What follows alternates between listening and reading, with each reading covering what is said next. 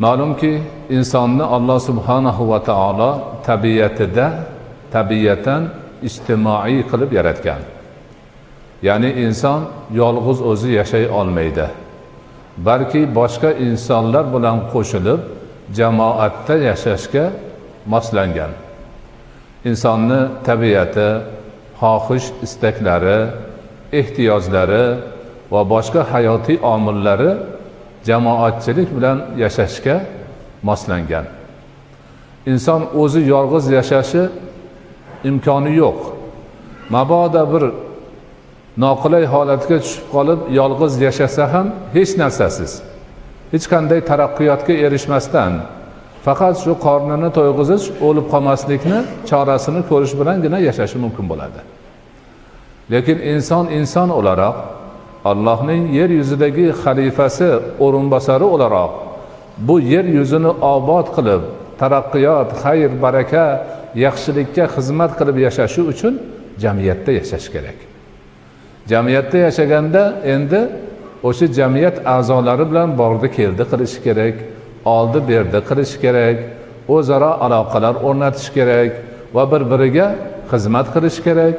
Ba'zilariga hojati tushsa, ba'zilari hojatini chiqarishi kerak bo'ladi. Ana o'sha ijtimoiy aloqalarni to'g'ri yo'lga qo'yish, ulardan manfaatli foydalanish, birovni haqqini yemaslik, har kim o'zini demak vazifasini ado etib, o'zining insoniyatdagi birodarlarini xizmatidan foydalanib borish ma'nolarini yo'lga solish bo'yicha Alloh subhanahu va taolo o'zini dinida ko'rsatmalarni bergan. Mana shu ko'rsatmalarni siz bilan biz mo'min musulmon bandalar qunt bilan o'rganishimiz, ularga ixlos bilan amal qilishimiz o'zimiz uchun, oilamiz uchun, el yurt, xalq va butun mavjudot uchun foydali bir narsaga aylanadi.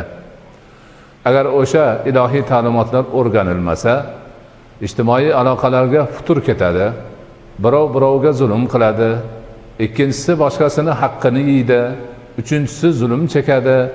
Xullas ijtimoiy aloqalar buziladi, jamiyatlar parakanda bo'ladi, ulardan ko'zlangan maqsad oshmaydi, taraqqiyot bo'lmaydi, oldinga siljish bo'lmaydi.